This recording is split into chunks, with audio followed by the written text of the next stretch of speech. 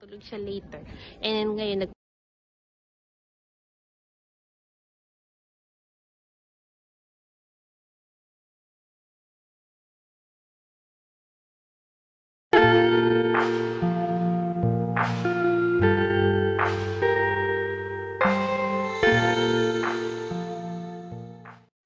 Good morning. Ayan, so nandito kami ngayon sa park para makipaglaro kay Rika kasi wala siyang daycare ngayon. So kailangan namin siyang paguri para makatulog siya later.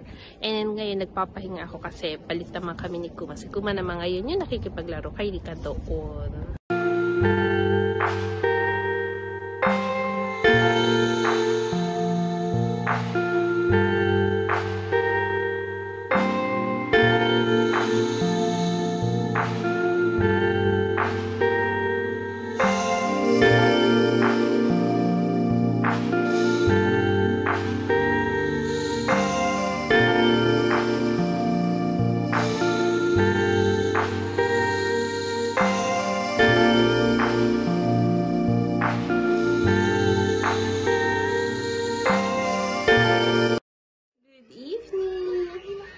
Kakatapos ko lang maligo pero nakatali yung buhok ko muna kasi hinihila niya na nabunot siya lalo na pag antok. Ngayon medyo may sinat siya or may lagnat ba? 38 kasi yung temperature niya ngayon. So ayan.